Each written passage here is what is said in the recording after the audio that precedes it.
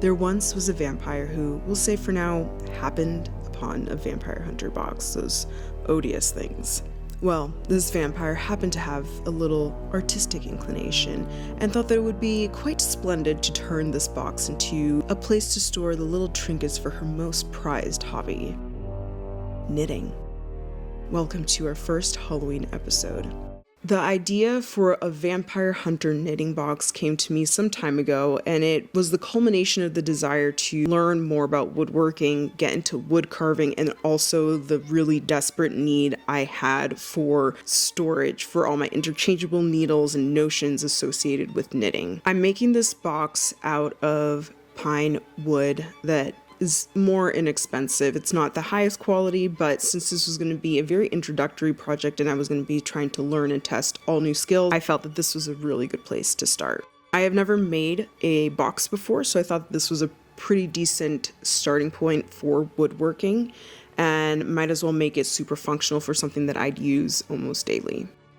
After cutting the sides and top of my box, I created these little grooves into the side pieces so that I can slot in a piece of plywood for the base of our box.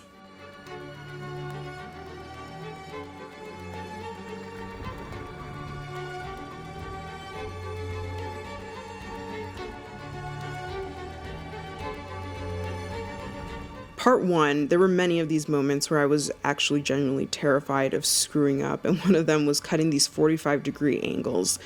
I know that there is a lack of precision sometimes with some of these machines. Having, again, no experience with this, if it's even a little off of 45 degrees, there's going to be gapping and all these kind of issues, so I just crossed my fingers and tried my best.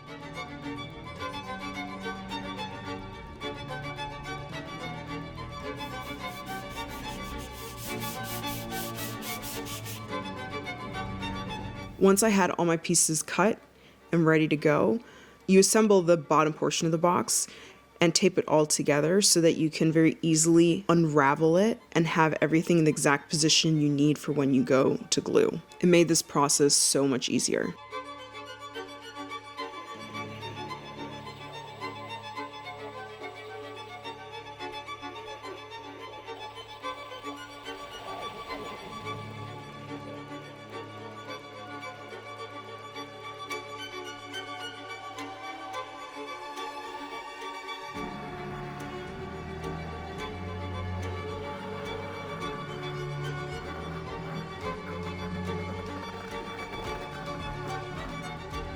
I always made sure to have a damp cloth on hand to make sure that I can clean up any glue residue that will come out inevitably. With everything nice and glued, I retape my box and let it dry for as long as possible.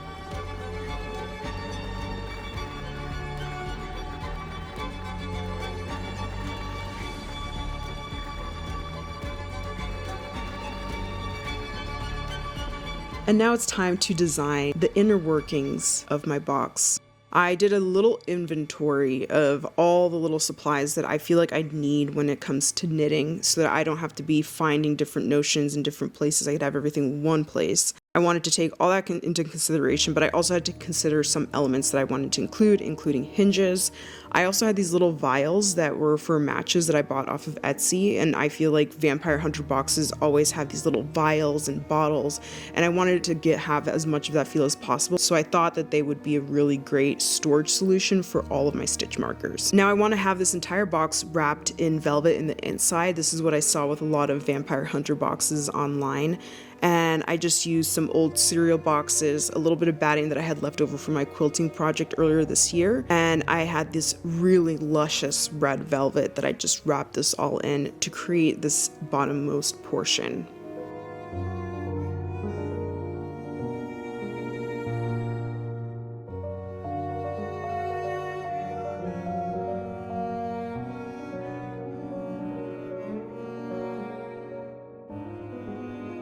For this project, I'm using a spray glue adhesive. It works super well.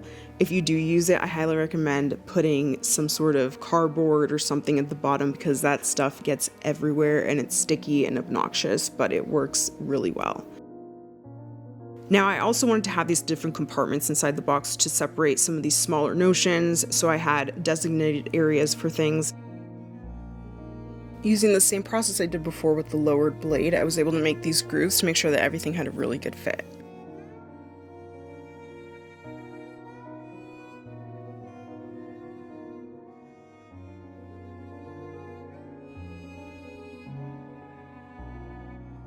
Another thing I had noticed with Vampire Hunter boxes was that a lot of them had silver studs lining the entire box. So I purchased these little studs and I took some little measurements and made sure that everything was evenly spaced and added them just on the very topmost ridge of these little inserts.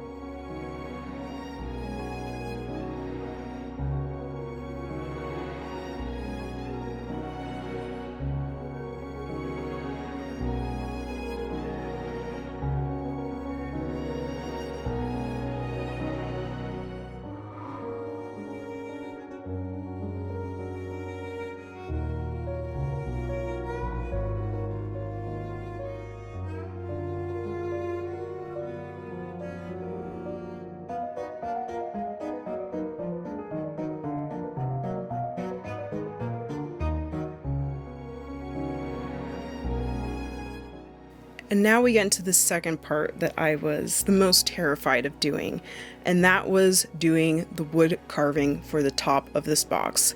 I've never wood carved before, and this was very much uncharted territory for me. I had a vision of what I wanted it to look like. I wanted very ornate detailing. I wanted a bat in the center, so I got to sketching out what I wanted this piece to look like.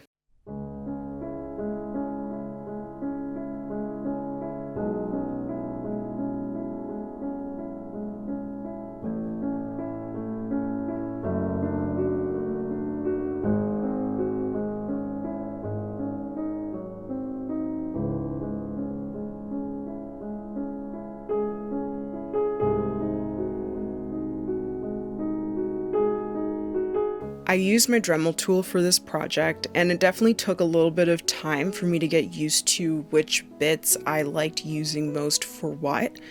I ended up using a variety of different bits and changing my process over time as I got familiar and felt a little bit more comfortable with working with this wood.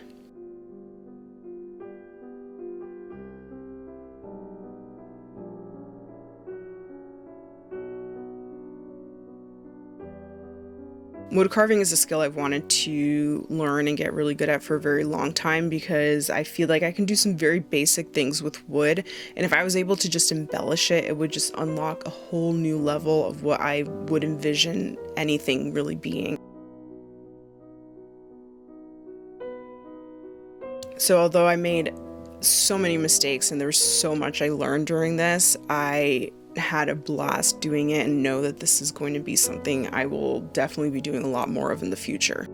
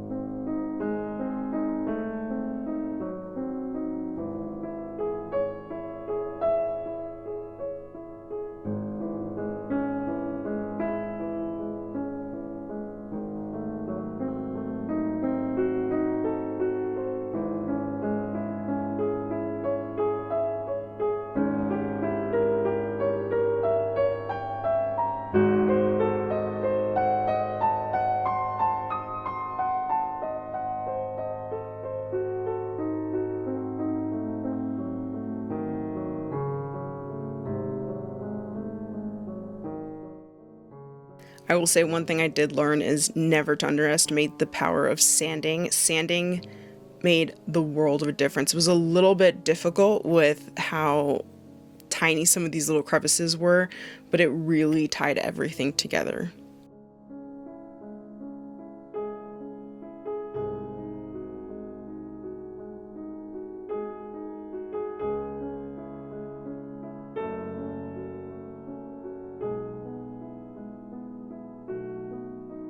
After I'd finished my wood carving, I sanded the entire box with 220 grit sandpaper as I began the process of doing all of the staining. Now, I'm starting off with a pre-stain or a conditioner. I was reading that this is a really good idea when you're working with softer woods, I believe, because there can be a lot of patchiness. And I will say I still encountered that. I'm okay with how it looked like, and I'll get more into that later, but I wanted to make sure that it looked as best as I could make it look. So I apply this conditioner on, and it has to be on the wood for roughly 2 hours before you go straight into stain.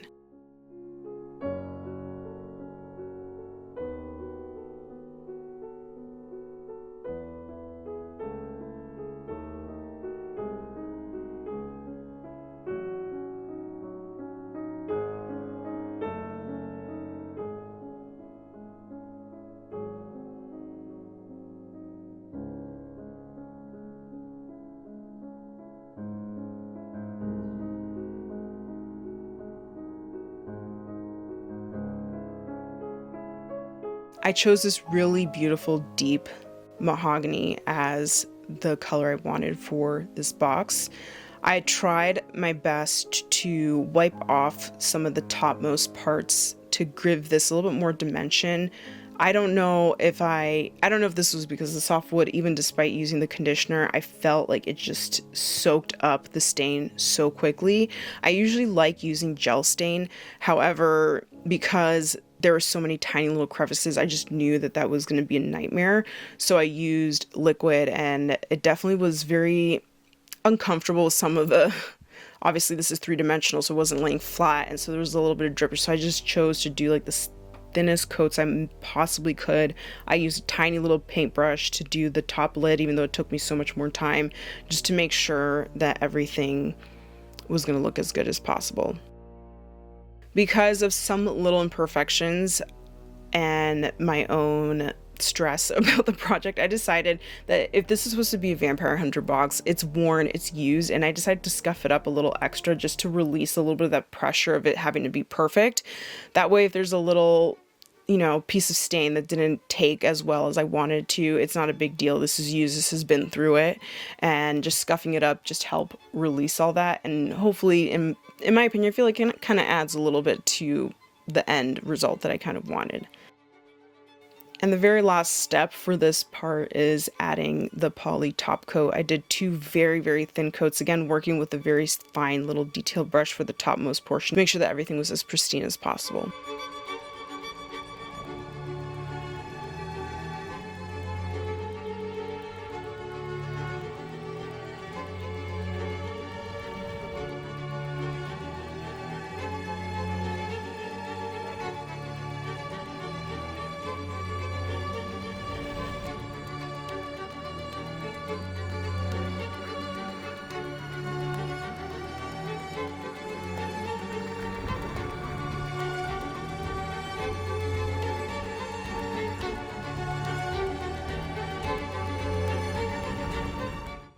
And now, with all of the wood completely done and out of the way, all the parts that I was the most fearful and anxious for, I am moving on to finishing up a couple more details for the inside of this box.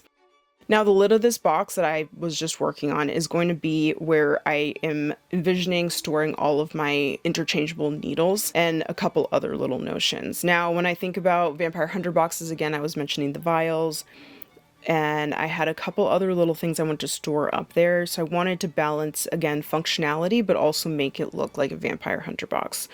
So I'm again using velvet, and for this I'm doing a little bit of sewing.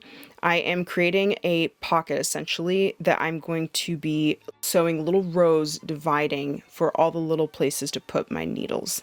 I am just simply turning everything under and using a little bit of the no fray, I can't remember what it's called, but the stuff to help make sure that the fabric doesn't fray, so that I could have a really seamless look that will hopefully have a decent amount of longevity.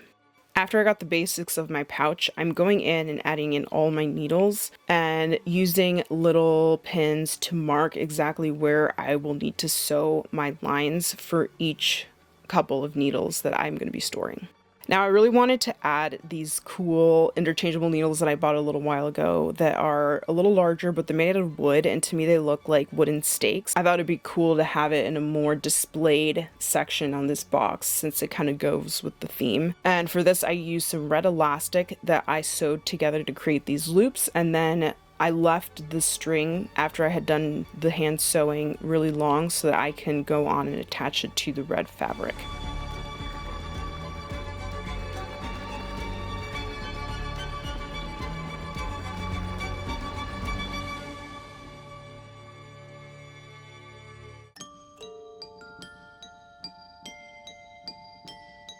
I then used another spray adhesive that was meant for more heavy duty items and said it was specifically really good for wood. I wanted to make sure that this was very, very strong so that in the daily or whatever use of this, whenever I'm taking out the needles or scissors, it's not gonna pull and come off.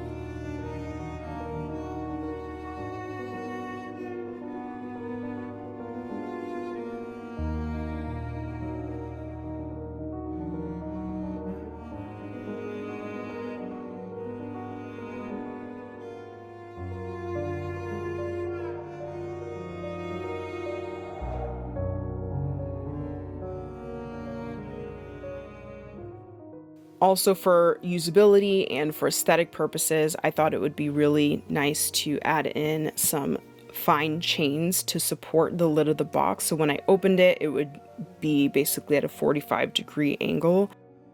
I was able to lift up the topmost section of that lid and sneak a little bit of that chain and attach it to the bottom lid as well to create that effect.